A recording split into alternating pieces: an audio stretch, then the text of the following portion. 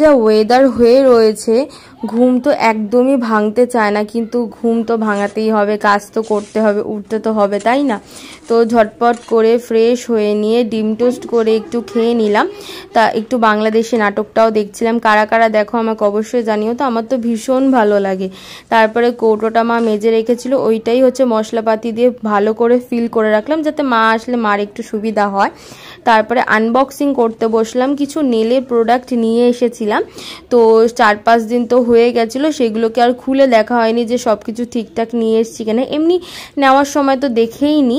আগে এই ল্যাম্পটা না হোয়াইট কালার ছিল, এখন পিঙ্ক কালার করে দিয়েছে, খুব ভালো লাগে। একটা অ্যাসিটোন নিয়েছিলাম, নেল টিপ, ব্রাশ, ক্রোম, স্টোন, তারপর অ্যাক্রিলিক পাউডার, জেল, তারপর কিছু জেল পলিশ নিয়েছিলাম। আমি মেরুন কালার দিতে বলেছিলাম না, দিদিটা না আমাকে রেড কালার দিয়ে দিয়েছে। তোমাদের যদি জানা থাকে সিলসে মেরুন কালার শেড নাম্বার, তো আমাকে অবশ্যই একটু কমেন্টে